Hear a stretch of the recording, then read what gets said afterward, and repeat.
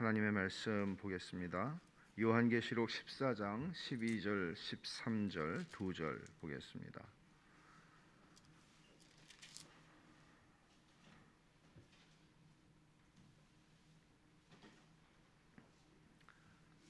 우리 2절이니까 같이 한 목소리로 보겠습니다.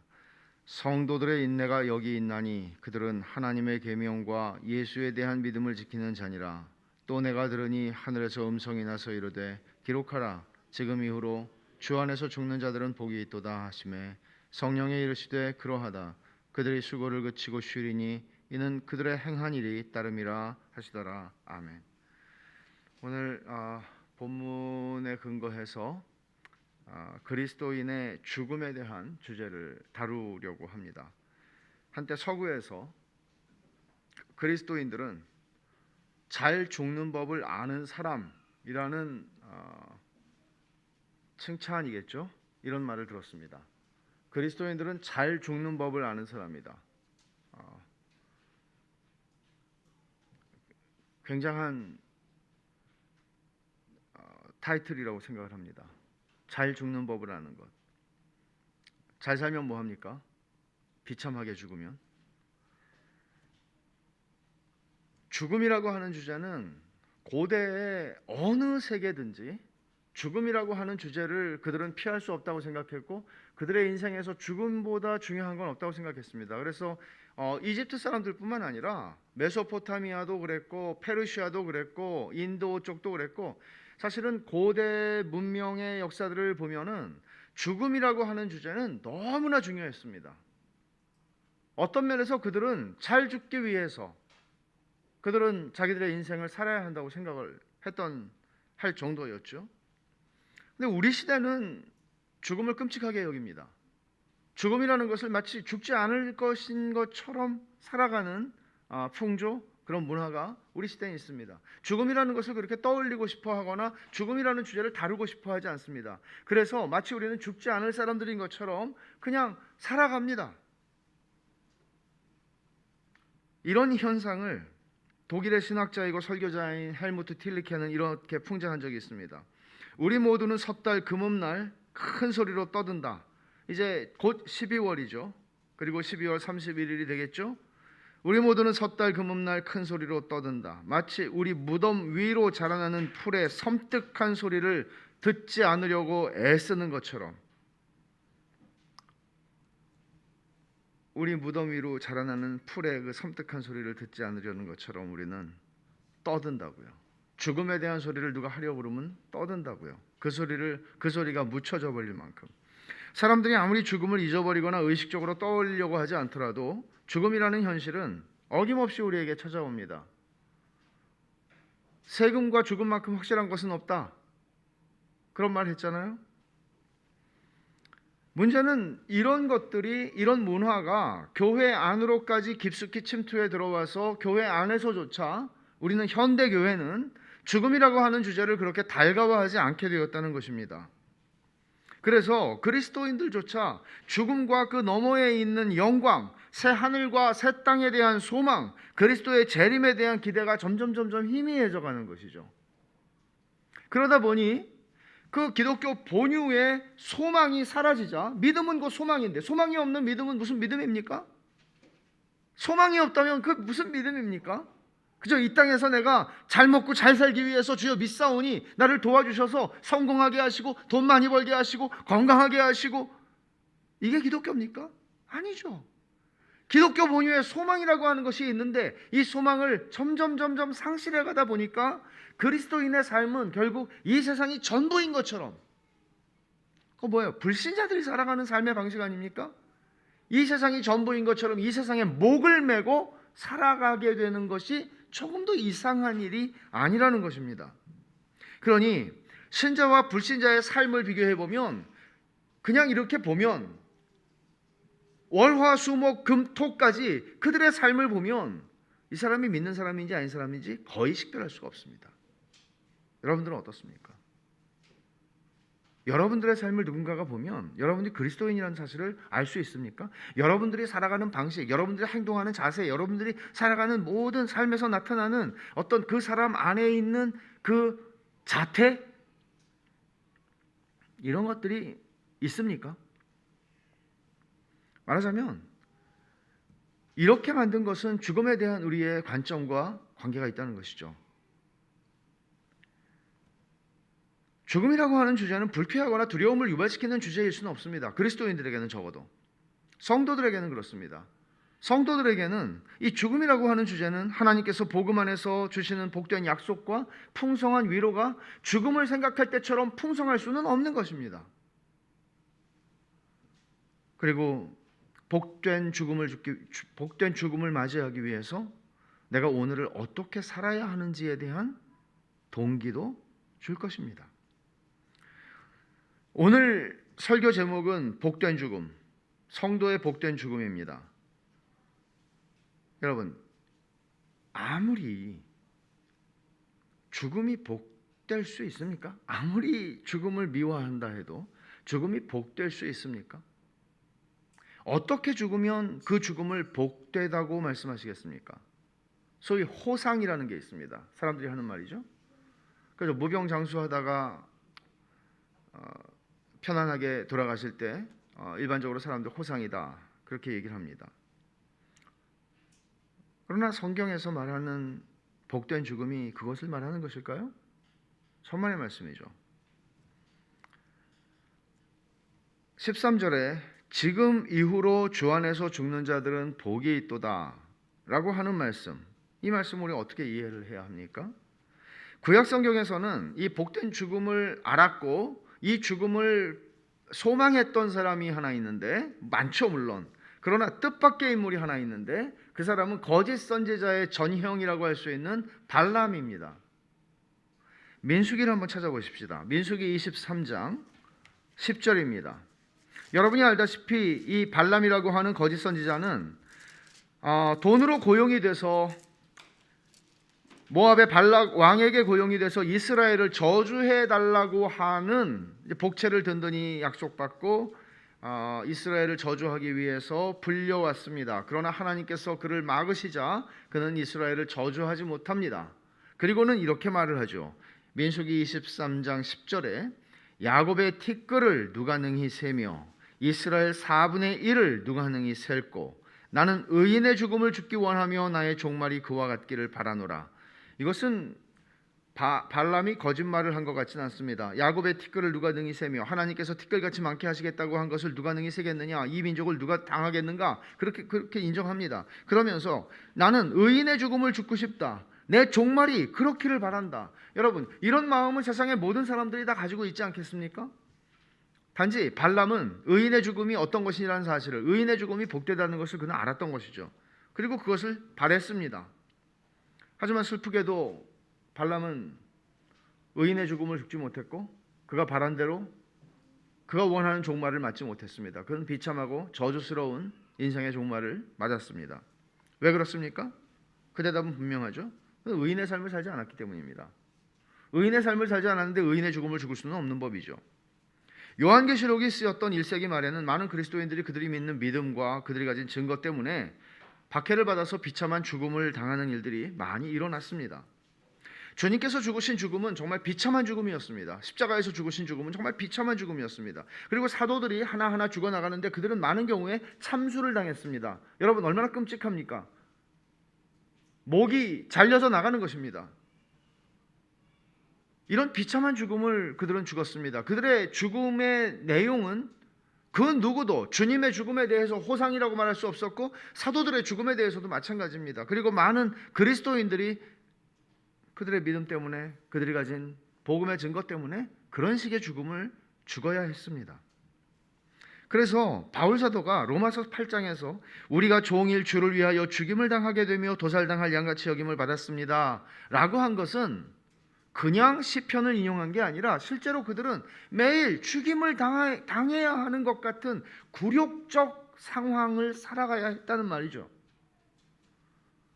그런데 어떻게 그 성도들이 그런 혹독한 현실을 감당하고 살았을까요? 바로 그 뒤에 있는 로마서 8장 한번 찾아보시죠. 로마서 8장 36절을 제가 지금 여러분에게 소개를 했는데 많은 분들은 이 말씀을 암송할 것이고 또 기억하실 것입니다.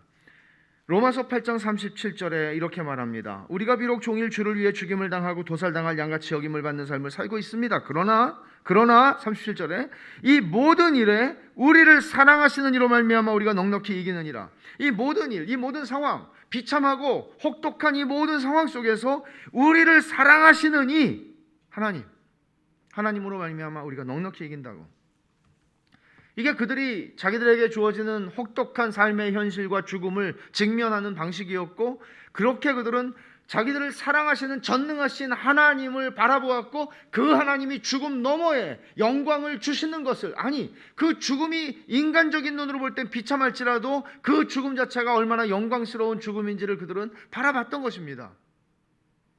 우리를 사랑하시는 이로 말미암아 로마 황제가 어떻게 할 수 없는, 로마 황제를 죽이고 살리시는 전능하신 하나님이 이 시간과 공간과 역사와 영원을 주권적으로 이루시는 것을 그들은 알았던 것입니다.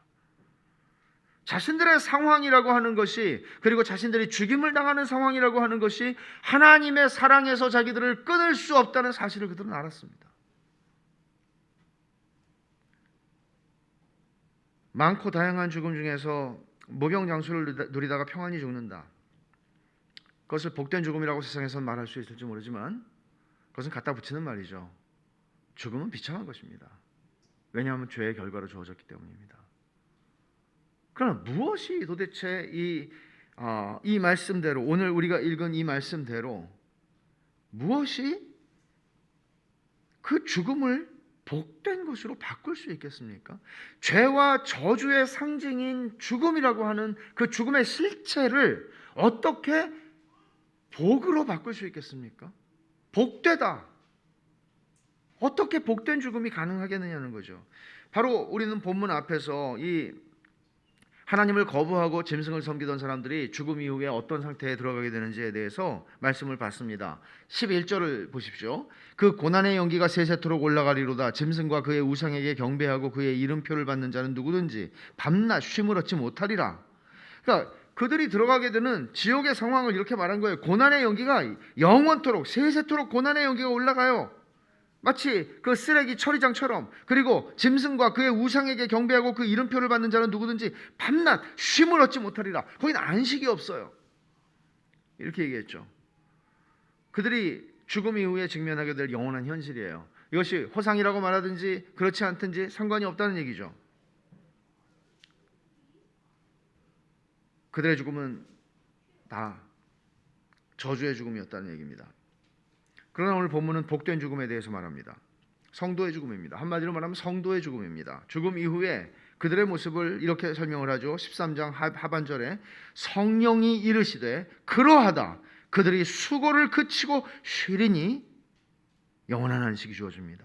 이는 그들의 행한 일이 따름이라. 신자와 불신자의 차이는 죽음에서 명확하게 갈립니다. 세상을 살아가는 모습을 보면 신자와 불신자의 상태가 뭐 그렇게 뚜렷합니까? 예를 들어서 불신자에게 일어나는 나쁜 일들이 신자들에게는 일어나지 않습니까? 그렇지 않습니다. 보편적으로, 일반적으로 우리는 인생이라고 하는 이 상황 속에서 그런 일들을 만납니다. 그러나 죽음에서는 갈립니다. 더 정확하게 말하면 죽음 이후에 명확하게 갈립니다. 고난의 연기가 세세토록 올라가는 현실을 맞는 죽음을 맞을 것인가, 아니면 영원히 수고를 그치고 쉼을 누리는 죽음을 맞을 것인가 하는 차이입니다. 성도들은 이런 점에서 자기가 복된 죽음을 맞이하도록 하나님께서 그 일을 주실 것이라는 것을 알기에 심지어 바울 같은 경우에는 그 죽음을 사모했습니다. 그 복됨이 얼마나 놀라운 것인지를 너무나 분명히 알았기 때문입니다. 이런 말 하잖아요. 뭐 옛날에 갑자기 뻥 하고 터진 유행가도 있지만 쨍 하고 해 뜰 날 돌아온단다. 이게 얼마나 많은 사람들의 사랑을 받았어요. 얼마나 그러기를 바라고 있어요. 근데 그게 우리 인생 중에서 한 3년 안에 쨍 하고 해 뜰 날이 내 인생에도 왔으면 좋겠다. 그러나 그리스도인들에게 있어서 그 소망은 내 3년 안에, 향후 10년 안에 우리의 인생에, 우리의 사업에, 우리의 가정에 이런 것이 아니라, 사실은 그리스도인들이 바꿀 수 없는 소망은 우리의 영광스럽고 복된 죽음 이후에 이것을 세상에서 쨍하고 해 뜨는 것과 바꿀 수 없는 것이죠. 본문은 주 안에서 죽는 자들은 복이 있도다 라고 말하는데, 주 안에서 죽는다는 게 어떤 의미로 이 말씀을 쓴 것일까요? 본문의 전후 문맥을 살펴보고 요한계시록 전체를 살펴보면 이것은 분명히 순교적인 죽음을 가리키는 것입니다. 피할 수가 없습니다. 자, 보십시오. 우리가 13장 15절을 한번 가볼까요? 앞으로 조금 가서, 그가 권세를 받아 짐승의 우상에게 생기를 주어 그 짐승의 우상으로 말하게 하고 또 짐승의 우상에게 경배하지 아니하는 자는 몇이든지 다 죽이게 하더라. 짐승이 하는 일이죠. 짐승을 경배하지 않으면 죽인단 말이에요. 이런 죽임을 당하는 것이 뭐예요? 순교죠. 그리고 좀 앞으로 가서 13장 10절입니다. 사로잡힐 자는 사로잡혀 갈 것이요 칼에 죽을 자는 마땅히 칼에 죽을 것이니 성도들의 인내와 믿음이 여기 있느니라. 말하자면 이 말씀은 성도들이 인내와 믿음을 가지고 살게 되면 사로잡히기도 하고 감옥에 가기도 하고 칼에 죽기도 한다는 얘기를 하는 것입니다. 순교죠. 그리고 또 앞으로 가볼까요? 12장 11절입니다. 또 우리 형제들이 어린 양의 피와 자기들이 증언하는 말씀으로써 그를 이겼으니 그들은 죽기까지 자기들의 생명을 아끼지 아니하였도다. 이 말씀은 그리스도인들이 어떻게 이 세상 이 용과의 싸움에서 이기는가? 그것은 그들의 생명을 내어 줌으로써, 죽음으로써 그를 이기는 것입니다. 순교를 얘기하고 있는 것입니다. 그리고 우리는 더 거슬러 올라가면 6장에서는 하늘 제단 옆에서 순교한 영혼들이 하나님 앞에 기도하는 장면을 본 적이 있습니다. 뿐만 아니라 버가모 교회에 충성된 증인 안디바가 사탄이 사는 곳에서 믿음을 저버리지 아니하고 죽임을 당한 것을 주님께서는 언급하셨습니다. 이런 모든 말씀을 고려하면 주 안에서 죽는다라고 지금 이 14장 12절에서 하고 있는, 13절에서 하고 있는 이 말씀은 순교적인 죽음을 가리킨다고 보는 것이 맞습니다.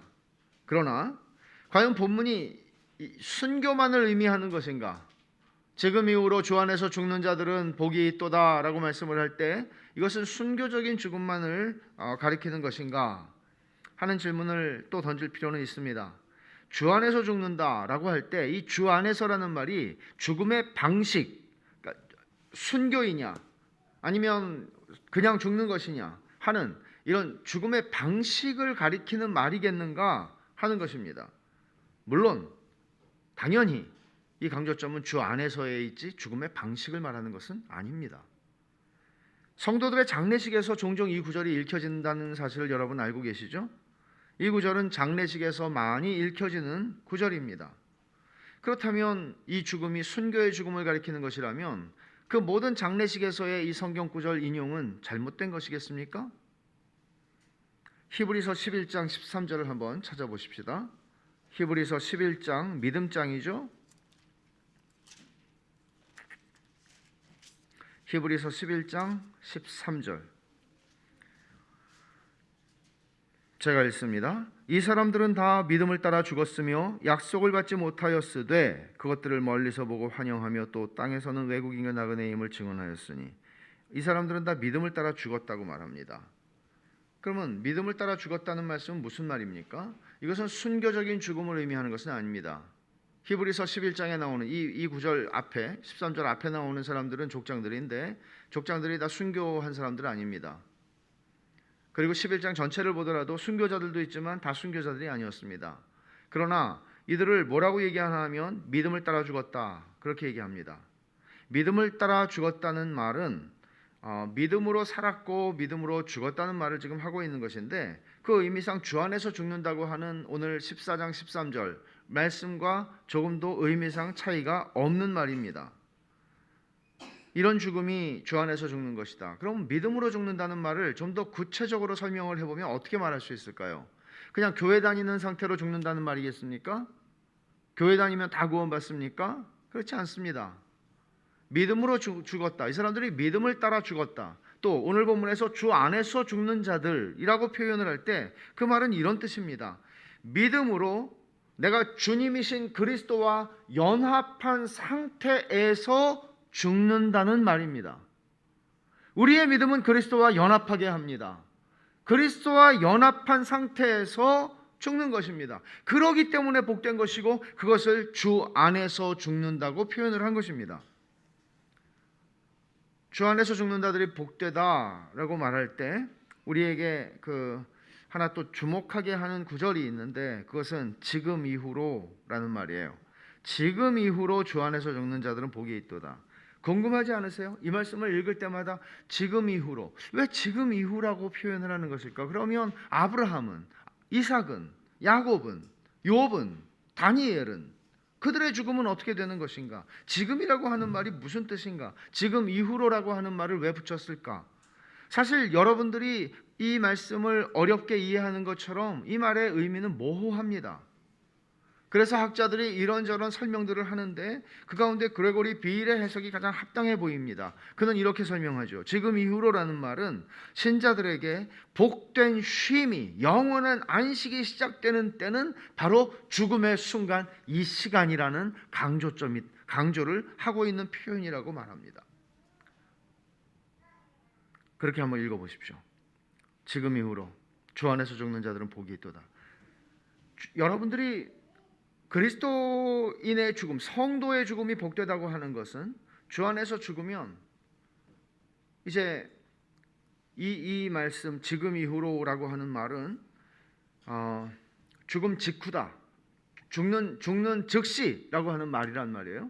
이렇게 이해를 한다면 우리에게는 그 신학에서 얘기하는 한 가지 주제가 있는데 그 뭔가 하면 성도의 중간 상태라는 주제예요. 성도의 중간 상태라는 것은 성도가 죽은 다음에 예수님께서 재림하시게 되면 모든 죽은 자들이 부활하게 되겠죠. 부활한 다음에 그리스도인들은 그리스도의 영혼과 그들의 부활한 육체를 다시 입게 될 때 영화로운 구원이 완성되는 것입니다. 그러면 그때에 이를 때까지 내가 죽었는데 주님이 재림할 때까지 그 사이의 기간 동안에 과연 나는 어떻게 존재하는가? 성도는 어떻게 존재하는가? 어디서 사는가? 그래서 여기에 대해서 많은 설들이 있습니다. 설명들이 있습니다. 그것에 대해서 오늘 본문이 우리에게 말씀하는 좋은 실마리가 있다는 것이죠. 어떤 사람들은 영혼 수면설을 얘기하죠. 영혼들이 잠잔다. 육신은 땅에 묻히고 영혼은 잠잔다. 굉장히 복잡한 문제입니다. 이 문제는. 그러나 복잡하게만 생각할 것이 아니라 우리가 성경 말씀 몇 군데를 좀 찾아봤으면 좋겠는데 누가복음 20장을 한번 보십시다. 누가복음 20장 38절입니다.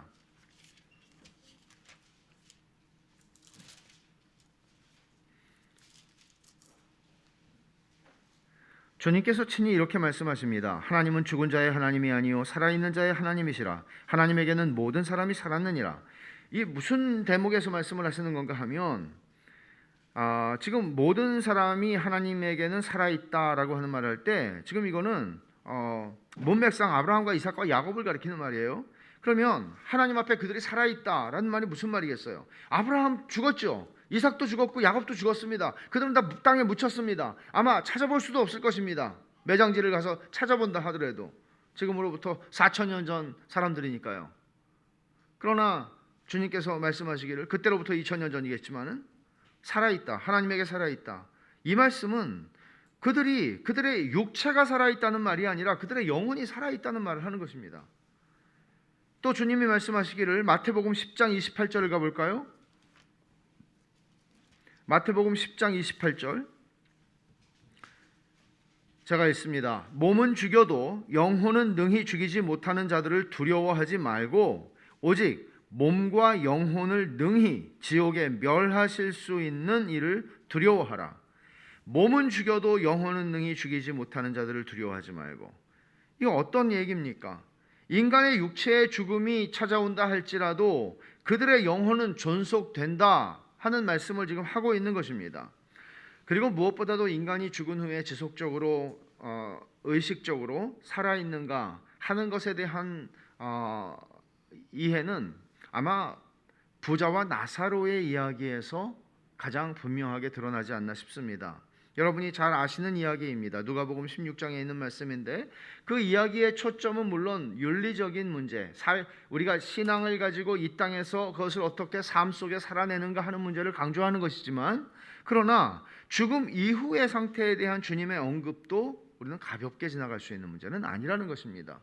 그들은 의식을 가지고 살아있다는 것이죠. 한 구절만 더 보면 누가복음 23장 43절입니다. 누가복음 23장 43절을 봅시다. 예수께서 이르시되 내가 진실로 네게 이르노니 오늘 네가 나와 함께 낙원에 있으리라 하시니라. 아시는 말씀이죠? 예수님의 옆에서 강도가 회개를 했습니다. 그 십자가에 달린 강도가 회개하자 주님께서는 이렇게 약속을 하십니다. 내가 진실로 네게 이르노니 오늘 네가 나와 함께 낙원에 있으리라. someday, 언젠가 내가 다시 오면 그때 너를 불러일으켜서 나와 함께 낙원에 있게 할게 말씀하지 않아요. 오늘, 지금 이후로 이 말씀이에요. 만일 회개한 강도가 죽음 이후에 몸이 분리되고 어떤 의식을 가진 영혼으로서 실존하지 않는다면 주님의 약속은 허망한 약속이 되는 것이겠죠. 물론 서신서에서 우리는 더 말씀들을 더 확인해 볼 필요가 있겠지만 복음서의 말씀을 살피는 것으로도 충분하리라 생각을 합니다.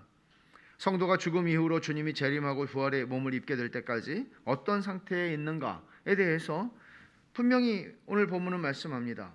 우리는 오늘 본문에서 말씀한 것처럼 수고를 그치고 낙원에서 주와 함께 있으며 그리고 영원한 안식을 누리게 될 것입니다. 언제까지요? 우리의 몸이 부활하고 영화로운 몸을 입게 될 때까지 그렇습니다. 성도가 죽음 이후에 경험하게 될 일들을 본문은 성령의 음성으로 이렇게 기록을 합니다. 그들이 수고를 그치고 쉬리니 이는 그들의 행한 일이 따름이라 하시더라. 성도의 죽음이 복되다 하는 것은 이 두 가지 사실 때문입니다. 첫째, 수고를 그치고 쉬기 때문입니다. 둘째, 그들의 행한 일이 따라오기 때문입니다. 이 두 가지 때문에 성도의 죽음은 복되다고 말씀을 하는 것입니다. 먼저 수고를 그친다는 이 말씀을 좀 살펴봅시다. 여기서 수고라고 하는 말은 지치게 하고 고통스럽게 하는 일들을 말합니다. 말하자면 아담이 범죄하고 나서 수고하지 않으면 네가 땀이 흐르지 않으면 먹고 살 수가 없다라고 말씀하셨던 그런 수고입니다. 이것은 여기서 얘기하고 있는 수고를 그치고 쉬리니라고 하는 말은 한시적으로 잠시 쉰다는 말이 아니라 영원한 안식을 약속하는 말씀입니다. 그러니까 진정한 은퇴는 죽음과 함께 오는 것입니다. 진정한 은퇴는 죽음과 함께 옵니다. 그러나 여러분, 어떤 분들은 이 말씀을 보면서 두려워합니다. 한번 쉬어본 사람들은 두려워합니다. 쉬는 게 보통 일이 아니라고, 이게 무료하고 심심하고 무의도식한다는 얘기는 아닙니다. 진정한 의미에서 우리는 하나님을 영원히 즐거워하고 영원토록 하나님을 영화롭게 할 수 있을 것입니다. 다양한 방법으로 말입니다. 그 다양한 방법은 결코 우리를 심심해서 불행하게 만들거나 그런 방식일 수는 없을 것입니다. 그러니까 이 세상에 있는 동안에는 우리가 열심히 일할 필요가 있는 것이죠. 둘째로 성도의 죽음이 복된 것은 행한 일에 대한 상급이 주어지기 때문입니다. 그것이 그들의 행한 일이 따름이라 하는 말씀의 의미이죠. 성도가 죽을 때 놓고 가는 게 많습니다. 돈도 놓고 가야 됩니다. 명예도 놓고 가야 됩니다. 그리고 인기도, 연예인들 같은 사람 인기도 다 놓고 가야 합니다. 가져갈 수 있는 게 별로 없습니다. 그러나 여러분, 그런 것들만 놓고 가는 게 아닙니다. 성도들의 죽음이 복된 것은요, 여러분 생각해 보세요. 이는 그들의 모든 행한 죄악과 허물들이 따라올 것임이라. 그럼 여러분 복되겠어요? 여러분이 지은 모든 나쁜 짓이 다 따라와요. 그런 의미로 여러분 읽으십니까? 성도의 죽음이 복되다는 것은 그들의 행함이 따름이라고 하는 것은 우리는 이 세상에서 죽을 때 돈을 놓고 가고 이런 것만이 아니에요. 여기서 말씀하고 있는 것은 성도들은 그가 죽을 때 자신이 지은 모든 죄악들과 당한 모든 시련들과 모든 고통들과 이것들을 다 뒤에 남겨놓고 가는 것입니다. 따라오지 않아요. 그것들은 뒤에 남겨져요. 그리고 성도들이 모든 박해 또는 유혹 속에서 그것에 직면해서 타협하지 않고 지킨 믿음의 행위들이 성도의 멸관이 되어서 따라오게 되는 것입니다. 그런 말씀입니다. 그러나 이 말씀을 잘 보십시오. 따름인이라고 그랬죠. 따라온다고요. 우리를 따라오는 것이 우리의 믿음의 행위들이지, 이것이 우리보다 앞서가서 하늘문을 열지 않습니다. 여러분들이 아무리 큰 일을 하고 주를 위해서 살았다 해도 그것이 여러분들보다 앞서가서 하늘문을 열고 여러분들이 하늘에 들어갈 수 있게 해주는 게 아니란 말입니다. 우리를 하늘문을 열고 하늘문으로 들어갈 수 있게 하는 것은 오직 그리스도와 그분이 우리를 위해서 이루신 구속의 역사밖에 없습니다. 우리는 주님께서 우리를 앞서가는 선구자가 되셔서 하늘문으로 들어가실 때 그리스도를 붙잡고 하늘문으로 따라 들어가는 것입니다. 그런데 뒤따라오는 게 있다고요. 그게 뭐예요? 그들의 행한 일이 따름이라.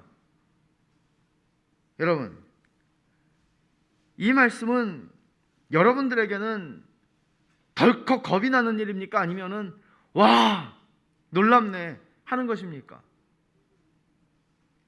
여러분들이 하는 일이 따라 들어온다고요.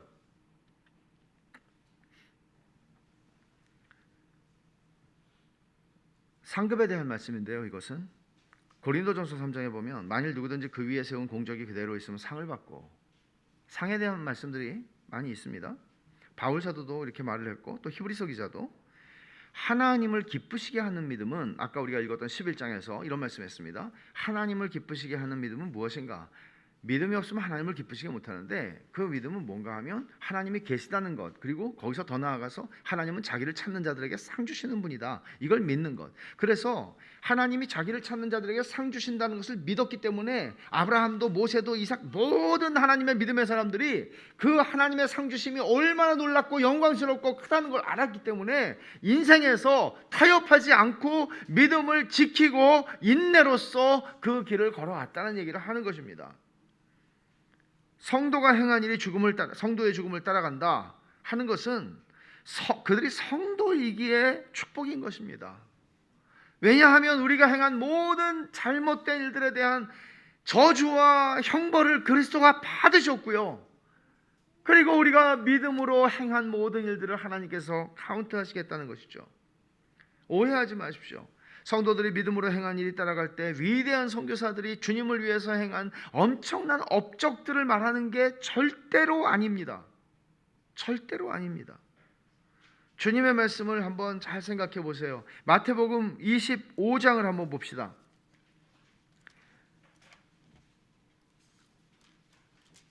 (35절과 36절입니다) 마태복음 25장 35절과 36절 말씀입니다. 내가 줄일 때에 너희가 먹을 것을 주었고 목마를 때에 마시게 하였고 나그네 되었을 때에 영접하였고 헐벗었을 때에 옷을 입혔고 병들었을 때에 돌보았고 옥에 갇혔을 때 와서 보았느니라. 주님이 그렇게 말씀하시는 것이에요. 근데 이 말씀을 해설하기를 40절에 임금이 대답하여 이르시되 내가 진실로 너희에게 이르노니 너희가 여기 내 형제 중에 지극히 작은 자 하나에게 한 것이 곧 내게 한 것이니라. 아시겠습니까? 이것이 믿음으로 성도들이 하는 삶이잖아요. 내가 믿음이 없었다면 내가 왜 저 사람을 돌봐줍니까? 왜 내가 내 돈을 나눠줍니까? 내가 왜 저 사람의 필요에 내가 반응해야 합니까? 나하고 아무 상관이 없는 사람인데. 내 형제 중에, 우리 교우들 중에 지극히 작은 자 한 사람, 지극히 작은 자 한 사람. 성도가 인생을 살면서 믿음으로 행한 작은 일들을 주님이 기억하시겠다는 거죠. 나도 잊어버린 일을 주님은 기억하겠다는 거예요. 나도 잊어버렸는데. 여러분, 우리 사회를 보십시오. 우리가 살아가는 이 사회는 아무리 벌어도 부족하고 아무리 쌓아도 부족하고 그저 자기를 위해 살아도 다 부족하다고 말하는 세상 아닙니까? 그러나 그리스도께서 우리의 주인이 되셨을 때, 우리가 주님을 만났을 때 우리의 생각은 바뀌잖아요. 형제를 사랑하는 것이 요한일서에서 강조했듯이 형제 사랑함으로 너희가 사망에서 생명으로 옮긴 거 아니냐? 나만을 위해서, 내 가족을 위해서, 내 자식을 위해서 내 모든 삶을 투자하고 쌓고 옆에 누가 죽든지 말든지. 그래서 아모스 선지자가 지적한 것처럼 한 사람의 목숨이 신 한 켤레값에 지나지 않는 그런 세상 아닙니까? 우리가 사는 세상이. 그러나 하나님의 백성들은 이것을 뒤집어 놓는, 그 가치가 전도되는 그런 역사가 있다는 것이죠. 그 성도들이 행한 작은 일을 얘기하는 것입니다. 믿음으로 행한 수고라면 여러분이 한 작은 수고 하나도 주님은 절대로 흘려버리지 않으시겠다고 말씀하는 거예요. 이 약속이 수고를 그치고 쉬리니 이는 그들의 행한 일이 따름이라. 이 약속이 성도의 죽음을 복되게 하는 것입니다. 그래서 오늘 말씀의 결론은 12절입니다. 성도들의 인내가 여기 있나니 그들은 하나님의 계명과 예수에 대한 믿음을 지키는 자니라. 이 말씀은 성도가 살아가는, 믿음으로 살아가는 인생의 환경이 녹록지 않다는 것을 인정합니다. 쉽지 않습니다. 정도의 차이는 있을지 몰라도 믿음으로 산다는 것은 1세기의 사람이나 21세기의 사람이나 이스라엘 사람이나 한국 사람이나 비슷합니다. 그래서 인내가 요구되는 것이죠. 성도들의 인내가 여기 있다. 인내를 얼마나 강조합니까? 여기 인내라고 하는 말은 이 12절 말씀을 분석하면 인내라는 것은 하나님의 계명에 대한 순종 플러스 예수에 대한 믿음입니다. 그러니까 순종과 믿음입니다. 인내는.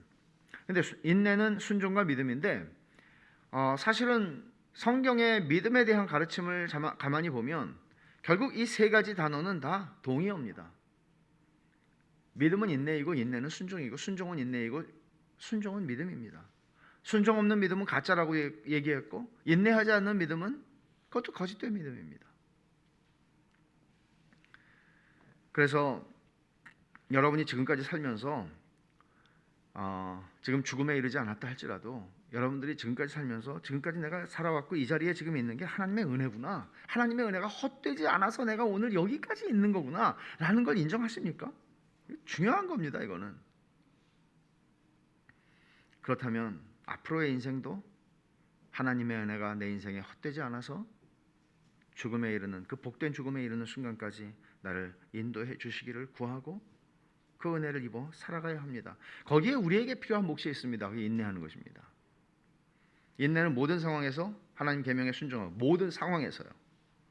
쉬울 때만이 아니고 모든 상황에서 하나님 계명에 순종하고 예수님에 대한 믿음을 저버리지 않는 것입니다. 타협하지 말고 포기하지 말라는 것입니다. 여러분이 다른 걸 다 잃어버려도 믿음을 잃어버리지 말라는 것입니다.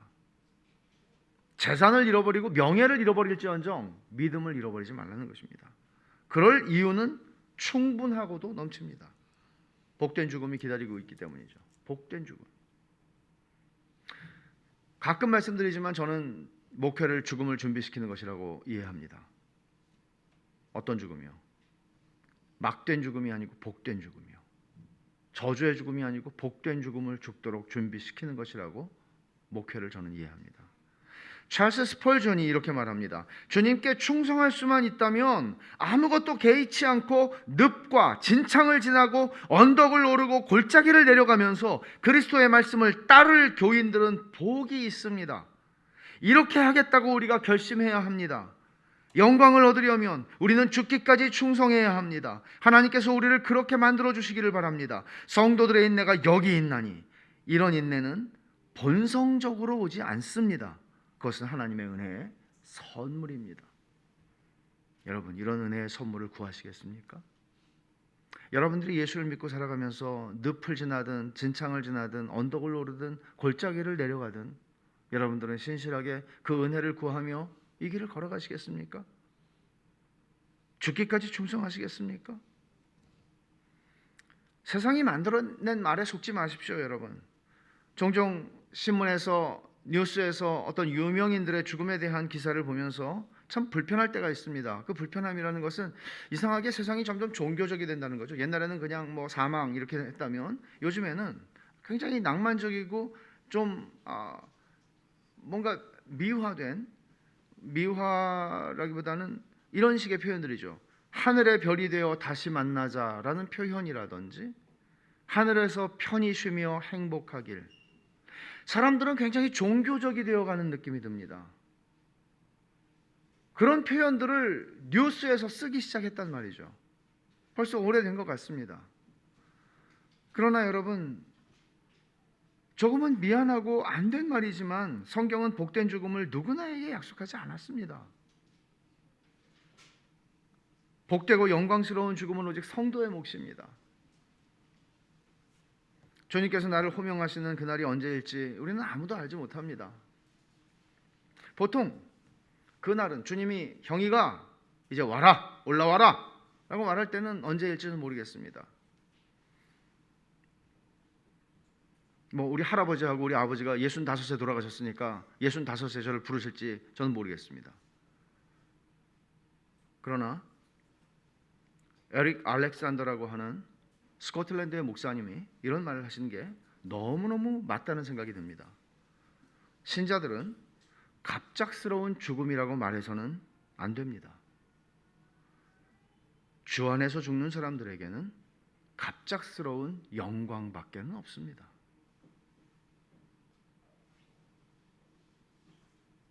얼마나 멋진 말인지 모릅니다. 아니, 말이 멋진 걸 떠나서 얼마나 맞는 말인지 모르겠습니다. 신자에겐 갑작스러운 죽음은 없습니다. 갑작스러운 영광, 갑작스럽게 내 인생에 들이닥친 영광은 있습니다. 여러분, 신자가 얼마나 복된 존재입니까? 여러분들이 예수를 믿는 성도로 지금 살아가고 있다는 것, 내가 믿음으로 그리스도와 연합한 상태에서 지금 살고 있다는 게 얼마나 놀라운 일입니까? 그 믿음이 진짜인가 하는 것을 우리는 얼마나 중요하게 여겨야 합니까? 성도의 죽음이 이렇게 복되고 영광스럽습니다. 본문이 주는 교훈을 들으십시오. 주 안에서 죽는 일은 주 안에서 사는 일의 결과로 주어지는 겁니다. 주 안에서 죽는 일은 갑자기 오는 게 아니라, 주 안에서 살지 않던 사람이 갑자기 주 안에서 죽는 게 아니라, 주 안에서 죽는 일은 주 안에서 살아간 사람이 맞이하게 되는 결과라는 것입니다. 복된 죽음을 죽는 성도는 믿음으로 살았던 사람들입니다. 발람은 그런 죽음을 죽고 싶었습니다. 그러나 그는 비참하고 저주스러운 죽음을 죽었죠. 왜? 의인의 죽음을 죽고 싶었지만 그는 의인의 삶을 살지 않았던 것입니다. 그에게는 인내도 없었고 순종도 없었고 믿음도 없었습니다. 큰 일을 하라는 게 아닙니다. 오늘이라는 주어진 시간을 믿음으로 사십시오. 오늘 하루에 하루씩만 사십시오. 믿음으로, 인내로, 순종함으로. 이렇게 살다가 주님이 부르면, 호명하시면 우리는 영광의 주님을 뵈러 갈 겁니다.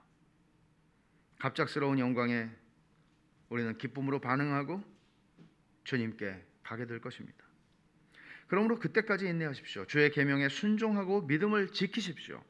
1680년대 17세기의 스코틀랜드는 굉장히 종교적인 핍박이 심했던 시대였습니다. 그때 스코틀랜드의 언약도였던 아키발트 알리슨이라고 하는 분이 교수대 앞에서 사형 집행 직전에 군중들에게 이런 말을 했습니다.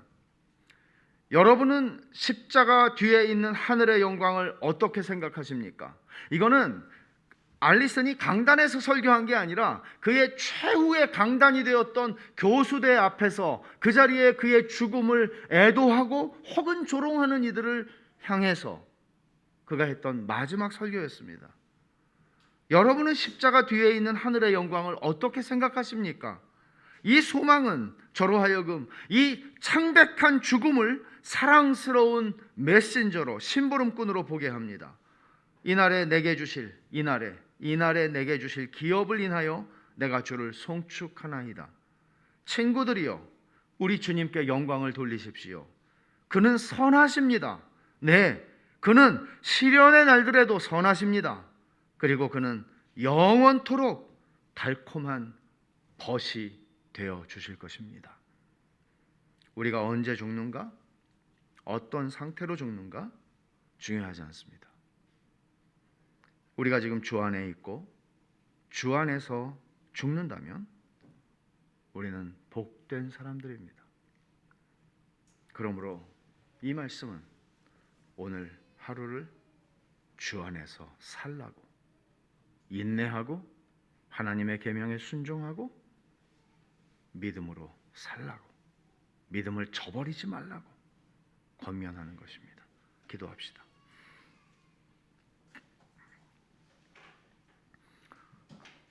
여러분이 오늘 들은 말씀을 생각하면서 같이 한번 기도했으면 좋겠습니다.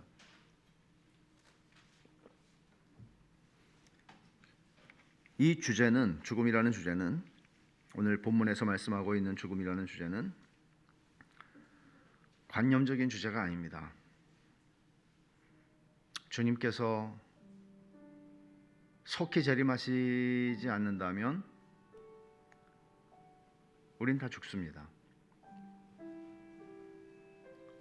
여러분들은 주 안에서 죽는 복된 은혜를 기다리십니까? 그리고 복된 죽음을 기대하기에 복된 삶을 지금 오늘 살고 계신지요? 저는 그런 생각을 합니다. 피할 수 없는 이 죽음은 우리 사랑하는 교우들 가운데 저를 포함해서 하나씩 하나씩 주님께서 사랑하는 아들아, 사랑하는 딸아, 이제 수고 많았다, 이제 이리로 올라와 말씀하실 것인데, 그때 그렇게 영광스럽게 갑작스럽게 닥친 그 영광 앞에 감사와 감격과 기쁨과 눈물로 주 앞에 갈 수 있으면 참 좋겠어요. 예외 없이. 때때로 이런 생각이 들 때가 있어요. 우리 저 형제는 저렇게 살다가 복된 죽음을 맞을 수 있을까? 그렇게 염려가 제 마음에 솔직히 그런 염려가, 저 자매는 저렇게 그냥 살다가 복된 죽음을 죽을 수 있을까? 염려가 있죠.